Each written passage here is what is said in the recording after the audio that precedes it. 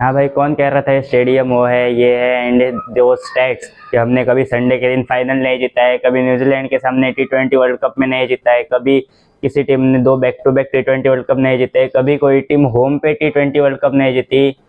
भगाओ सबको, भगाओ, जीत गए हैं। India is one this T20 world cup and सबको साइलेंस करा दिया है जो ये फालतू के स्टेट्स बता रहे थे।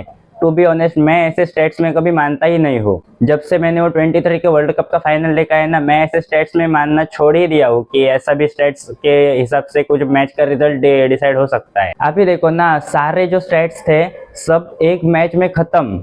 मतलब इस मैच के पहले कितनी हवा बज रही थी कि इतने स्टेट्स है, ये है, कभी ऐसी टीम कभी जीती नहीं है।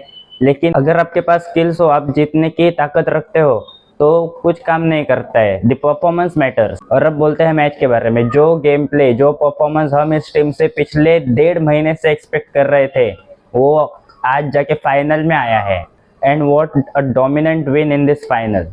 मतलब हम तरस गए थे यार, वो न्यूजीलैंड के बायलैटरल वाली या फिर साउथ अफ्रीका के बायलैटरल वाली जो टीम इंडिया थी, वैसा वाला डोमिनेशन, वैसी वाली हिटिंग, वैसी वाली बॉलिंग जो सामने वाली बैटिंग को एकदम खत्म कर दे, वैसे परफॉर्मेंस के लिए हम लिटरली तरस गए थे कि कब आएगी ऐसी परफॉर्मेंस। और फाइनली कल वो आ ही गई। पूरे इंडिया की विश थी कि संजू, अभिषेक और ईशान तीनों एक ही मैच में चल के तबाही मचा दे, सामने वाली टीम को खत्म कर दे। And what a day have they chose, the final, the grand finale. और चले तो चले, तीनों ऐसे चले हैं कि बॉलर्स के पास कुछ सॉल्यूशन था ही नहीं। भाई बैटिंग तो हमारी ऐसी चली है कि हमने 15 ओवर में ही 203 रन लगा दिए थे। हमने 300 की उम्मीद लगा रखी थी फाइनल में, जो कभी ना हो पाया। वो कम से कम भाई फाइनल में तो हो ही जाएगा, ऐसा सबको उम्मीद थी। लेकिन अब जो एंड में जो कोलैप्स हुआ वो तो अलग बात है, वो जाने दो भाई, हम जीत गए। जो हुआ हो जाने दो, जो जैसा मर्जी किया किसी ने, अब छोड़ दो। We have won. और इस मैच में वैसे तो न्यूजीलैंड ने कुछ फाइट ही नहीं दी यार। क्या कितना, मतलब सेकेंड इनिंग तो इतनी बोरिंग हो गई थी, ये रवि शास्त्री जी कमेंट्री से भी बोर हो गए थे। जब उनकी 10th विकेट गिरी और जब सब सेलिब्रेट करने लगे, तो रवि शास्त्री बोल रहे हैं कि ये 9th विकेट गई है, one more and India will be champion. और उसके बाद उन्हें रियलाइज हुआ कि यही 10वीं विकेट थी और हम चैंपियंस बन गए। उसके बाद उन्होंने बोला कि यार दैट्स द 10th विकेट। लेकिन न्यूजीलैंड से थोड़ा सा बेटर की उम्मीद थी। हमें भी थोड़ा सा फील आना चाहिए था कि यार फाइनल में है, हम फाइनल जीत रहे हैं। ये पूरा वन साइड ना, थोड़ा सा मजा नहीं आ रहा है। लेकिन एक बात ये भी कह सकते कि भाई जैसे भी हो कैसे भी हो हम जीत गए, क्योंकि इंग्लैंड के साथ जब टाइट मैच हुआ था तो भी हम सबके, मतलब आप समझ सकते हो क्या हालत हुई थी हमारी। यार न्यूजीलैंड के लिए कभी कभी बहुत बुरा भी लगता है, क्या क्या नहीं हारा है उन्होंने। मतलब जब से मैंने क्रिकेट देखना शुरू किया तब से मैं तो आपको बता रहा हूँ, 2015 ओडीआई वर्ल्ड कप का फाइनल, 2019 ओडीआई वर्ल्ड कप का फाइनल, 2021 T20 वर्ल्ड कप का फाइनल, 2023 ओडीआई वर्ल्ड कप का सेमीफाइनल, 2025 चैंपियंस ट्रॉफी का फाइनल और कल T20 वर्ल्ड कप 2026 का फाइनल। इतनी अनलकी भी कोई टीम नहीं होनी चाहिए, ऐसा भी लगता है। लेकिन कभी कभी लगता है कि भाई हम तो जीत रहे हैं तो जाने दो, लेकिन नहीं, न्यूजीलैंड डिजर्व्स अ ट्रॉफी। और अब थोड़ा इंडिविजुअल प्लेयर्स के बारे में भी शॉर्टली बात कर लेते हैं। सबसे पहले player of the tournament Sanju Samson. आपने अगर उसका इंटरव्यू देखा होगा कल का ध्यान से, उसने बोला है इंटरव्यू में साफ साफ कि जब न्यूजीलैंड की सीरीज हुई थी, I was totally broken, I was totally shattered, लेकिन मैंने होप्स नहीं छोड़ी। उसने ये भी बोला है कि मैंने सर सचिन तेंदुलकर से भी कुछ कुछ इम्प्रूवमेंट टिप्स ली थी, क्योंकि मुझे होप्स थी कि कोई ना कोई तो चांस मिल ही जाएगा। एंड आपको पता होगा कि जब हमारा फर्स्ट मैच था यूएसए के अगेंस्ट, तो रोहित शर्मा ने भी उसे बोला था कि इट्स अ लॉन्ग टूर्नामेंट और मौका कभी भी मिल सकता है।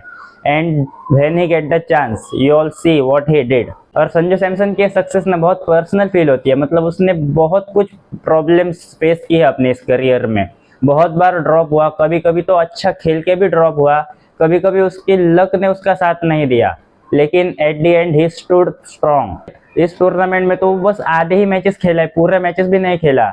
आधे मैचेस खेल के भी इतने रन बना दिए कि कुछ कुछ बैटर्स तो पूरे टूर्नामेंट खेल के भी इतने रन नहीं बना पाए। 5 innings, 321 runs with average of 80.25 and cracking strike rate of 199.38। लेकिन बस एक बात का दुख हो रहा है कि उसकी 2 मैचेस में सेंचुरी मिस हुई, इनफैक्ट 3, लेकिन वो तो वेस्ट इंडीज के सामने का तो हम बोल सकते हैं कि रन से खत्म हो गए, वरना तब तो पक्का हो जाती। लेकिन 2 जो सेंचुरी मिस हुए, एक तो होनी चाहिए थी, लेकिन उसने ये भी बोला है कि मैं माइलस्टोन के लिए खेल ही नहीं रहा था, मैं बस जो टीम को मोमेंटम मिला है उसे आगे लेके चल रहा था, क्योंकि T20 में वही इंपॉर्टेंट होता है। तो साफ दिख रहा था कि वो सेल्फलेसली सिर्फ टीम के लिए खेल रहा था। Drop from the team, captain laughed when someone asked about his place in playing 11, came into playing 11 under immense pressure, player of the match in quarter final, player of the match in semi final, player of the tournament while playing just 5 matches in complete tournament.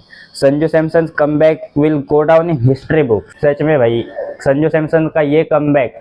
The next is Ishan Kishan. भाई इससे अभी के अभी central contract दे देना चाहिए BCCI का। Crazy world cup for Ishan Kishan. अगर संजू सैमसन के बाद अगर किसी को अच्छा वर्ल्ड कप ये गया होगा, मतलब ऐसे रिडेम्पशन के बारे में या फिर कमबैक के बारे में अगर कोई बोले, that's Ishan Kishan. That crazy knock against Pakistan, 78 runs. Pakistan को तो उसने खत्म कर दिया वहां पे, सब कुछ मतलब उनकी बॉलिंग लाइन पूरे डिस्ट्रॉय ही कर दी। और बाकी के कुछ मैचेस कुछ मतलब ऑलमोस्ट सभी मैचेस में उसकी वो 38 45 रन्स की वो जो नॉक थी, इम्पैक्टफुल नॉक्स जो उसने 20-22 बॉल्स में बनाई है, उसने स्कोरबोर्ड को बहुत बूस्ट किया है। और उसकी वजह से जो हमारे आगे की जो बैटिंग ऑर्डर थी उनको बहुत हेल्प मिली है उससे। और बैटिंग के साथ साथ मुझे सबसे ज्यादा किसी ने इम्प्रेस किया होगा तो वो है ईशान किशन की फील्डिंग। क्या ही फील्डिंग करता है बंदा। कल के मैच में जो मतलब इंग्लैंड के सामने जो अक्षर पटेल ने फील्डिंग की, सेम इंटेंसिटी, वो ऐसे बाउंड्री पे जगलिंग कैच हो या फिर एक डाइविंग कैच हो, सब कुछ किया है उसने। और ऐसा ही नहीं कि सिर्फ कल के मैच में, पूरे टूर्नामेंट में अगर आप देखो कि इंडिया की फील्डिंग एफिशिएंसी काफी डाउन थी, लेकिन ऐसे कुछ गिने चुने फील्डर्स थे ईशान किशन या अक्षर पटेल जैसे, जो हमेशा 100% देते थे फील्ड में। एंड गाइस फाइनली फाइनल के मैच में ही हो, लेकिन अभिषेक इज अभिषेकिंग। हम तरस गए थे ये वाला अभिषेक देखने के लिए कब से, मतलब पूरे 8-9 मैचेस से हम मिस कर रहे थे ऐसे अभिषेक को। मतलब न्यूजीलैंड के बायलैटरल के बाद जो अभिषेक गायब हो गया था वो फाइनली कल न्यूजीलैंड के सामने वापस आ गया है। अभिषेक शर्मा's फॉर्म, हम आएंगे, हम सबसे अंतिम में आएंगे। सच में भाई विराट कोहली की ही याद आ गई। मतलब 2024 के वर्ल्ड कप में पूरा सीजन वो फ्लॉप था, हर कोई उस पर भी डाउट कर रहा था। जैसे हम अभी अभिषेक पे डाउट कर रहे हैं वैसे विराट कोहली पे भी सबने डाउट किया था, लेकिन उसने अपने आप पे कॉन्सेंट्रेट किया। और वैसे ही सेम कल कुछ अभिषेक के साथ भी हुआ, उसने भी अपने आप पे कॉन्फिडेंस रखा और उसको टीम का बहुत अच्छा सपोर्ट मिला। मैं तो यही बोलना चाहूंगा, क्योंकि आपने देखा होगा कि कई बार मतलब प्लेयर्स को ड्रॉप कर देते हैं 4-5 फ्लॉप इनिंग्स के बाद, लेकिन यहाँ पे पूरे 8 इनिंग्स उसकी फ्लॉप गई, लेकिन टीम ने उस पर भरोसा दिखाया एंड देयर ही वन। और अगर बैटिंग पे कंट्रोल की बात करें तो उसके पूरे वर्ल्ड कप में कहीं था ही नहीं। कल के मैच में भी आपको दिख रहा होगा कि उसके बैटिंग में ज्यादा कंट्रोल नहीं था, वो 2 बार तो आउट होते होते बचे। वो तो शुक्र है कि नो मैंस लैंड में बॉल गिरी, वरना वो वहीं पे आउट हो जाता। कल भी उसके बहुत अंधाधुंध ऐसे शॉट थे जो कि हमें भी डर लग रहा था। जब बॉल हवा में थी हम तो मतलब हाथ जोड़ के बैठे थे कि भाई प्लीज नो मैंस लैंड में गिरे, एंड या दैट हैपेंड। लेकिन अभी यार ऐसे मतलब उसको अभी क्रिटिसाइज करने की टाइम नहीं है, क्योंकि हम जीत गए हैं। And now coming towards Bumrah, यार मुझे समझ में नहीं आ रहा कि मैं क्या बोलूं। आई हैव नो वर्ड्स, मैं क्या ही बोल सकता हूँ यार। बुमराह जैसे बॉलिंग के भगवान के सामने मैं एक छोटा सा इंसान क्या ही बोलूं। Player of the match in the world cup final, 4 wickets लिए हैं उसने। हमें कभी लगने ही नहीं दिया कि हम प्रेशर में हैं। जिस तरह से वो यॉर्कर्स को नेल कर रहा था, इंग्लैंड की वो लास्ट के 2 ओवर्स उसके, जब उनको 5 ओवर्स में अराउंड 70 कुछ तो थे, वो आया बॉलिंग के लिए और 2 ओवर्स में सिर्फ 14 रन। इंग्लैंड खत्म वहां पे। अगर उन 2 ओवर्स में और 10 भी रन चले जाते हमें वो मैच भारी पड़ सकता था। लेकिन वही तो कॉन्फिडेंस है हमें बुमराह के ऊपर कि ऐसे सिचुएशन में हमें बुमराह ही बचाएगा बॉलिंग में। Bumrah can't be everywhere so he created God. भाई साहब क्या ही दिमाग चला है जिसने भी ये मीम बनाया है। भाई कहाँ से आता है इतना, मतलब दिमाग कैसे चला लेते हो इतने सब मीम्स बनाने के। Do you love me? Yes more than Bumrah, know your limits. Bumrah के साथ मस्ती नहीं लाडले, know your limits. And now to be honest we will hype Sanju Samson, we will hype Jasprit Bumrah, लेकिन we will never give that respect to Shivam Dube. क्योंकि हम Indian fans की वही एक आदत है कि हम जो एक दिन के लिए अच्छा करे हम उसको सर पे चढ़ा लेते हैं, लेकिन जो कंसिस्टेंटली थोड़ा थोड़ा तो मतलब हर मैच में दे रहा है अपना कंट्रीब्यूशन, उसको इतनी जल्दी याद ही नहीं रखते हैं। And I am same talking about Shivam Dubey.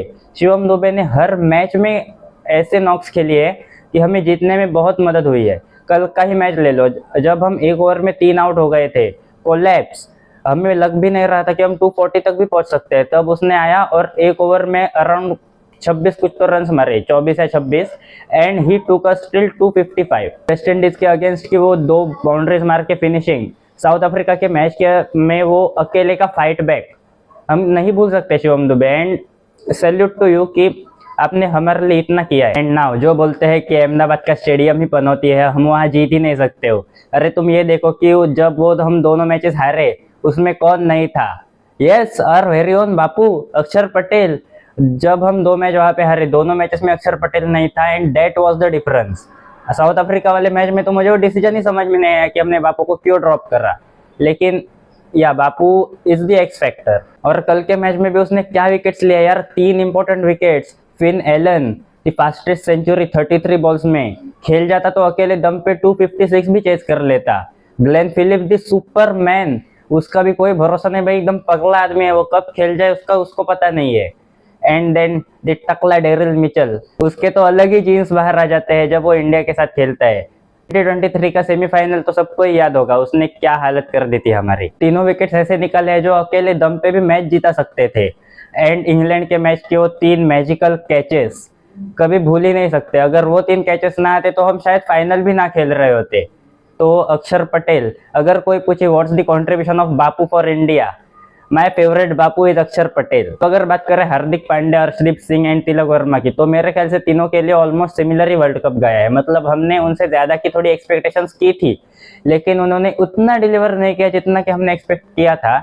लेकिन वो ऐसे ऐसे टाइम पे टीम के साथ खड़े रहे, ऐसे ऐसे सिचुएशंस में बचाया है जब उनको सबसे ज्यादा नीड थी, तो हम उनको इग्नोर नहीं कर सकते। हालांकि उनका अंडर द लाइन परफॉर्मेंस था, लेकिन दे कॉन्ट्रीब्यूटेड वेरी वेल। फिर आते हैं हमारे महापुरुष वरुण चक्रवर्ती, उसकी तो परफॉर्मेंस एक्सप्लेन करना मेरे लिए ही एक मिस्ट्री बन गई है, क्योंकि मैं क्या ही एक्सप्लेन करूं। न्यूजीलैंड के बायलैटरल्स में या फिर इसके भी जो ग्रुप स्टेजेस थे सुपर 8 से पहले, वहां तक तो लग रहा था कि सिंगल हैंडेडली हमें सेमीफाइनल वगैरह कुछ इंपॉर्टेंट मैचेस जिता देगा। लेकिन जब भी ये बंदा सुपर 8 से आगे आया, भाई साहब इसके बॉलिंग की मतलब वाट लग गई पूरी। भाई 4 ओवर में उसको 64 रन मार दिए इंग्लैंड ने सेमीफाइनल में। तो ओवरऑल अगर देखें वरुण चक्रवर्ती का ये वर्ल्ड कप थोड़ा सा बिलो एवरेज ही था, क्योंकि वो नेदरलैंड्स वगैरह उन टीम्स के सामने तो विकेट्स कोई भी ले सकता है। अगर उसने कुछ इंपॉर्टेंट मैचेस में परफॉर्म कर लिया होता तो मान लेते, लेकिन गुड परफॉर्मेंस। और आगे के वर्ल्ड कप में भी वो चांस तो मिलेगा उसको, ऐसा नहीं है कि यहाँ से उसको निकाल देंगे या फिर एंड ऑल, उसको चांस मिलेगा। होप करते कि वो यहाँ से इम्प्रूव करे और बड़े मैचेस से एक्सपीरियंस लेके आगे सीखे। And lastly the captain Surya Kumar Yadav. Batting में तो सबसे पहले बात करना चाहता हूँ मैं, थोड़ी सी सीरियस बात है कि उसने इस वर्ल्ड कप में कुछ नहीं परफॉर्म किया है। अगर वो पहला यूएसए वाला मैच छोड़े जिसमें उसने अकेले दम पे हमें बचाया था, वो अगर मैच छोड़े, नथिंग इन बैटिंग। लेकिन कैप्टनसी के मामले में कुछ बोल ही नहीं सकते उसके बारे में, क्योंकि जो उसने कैप्टनसी की है, top notch captaincy, perfect bowling changes, जो हमारा ब्रह्मास्त्र था बुमराह, उसको कैसे यूज करने हैं, उसके 4 ओवर्स कहाँ यूज करने हैं, उसको बहुत अच्छा आइडिया था।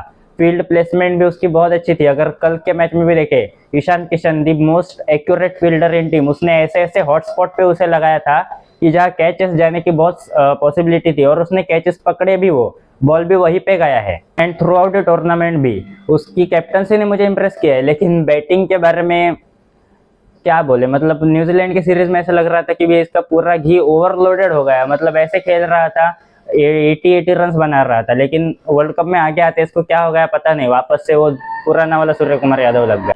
तो आप कहना चाहते हो कि इंपॉर्टेंट मैचेस में मैं ही रन बनाऊं?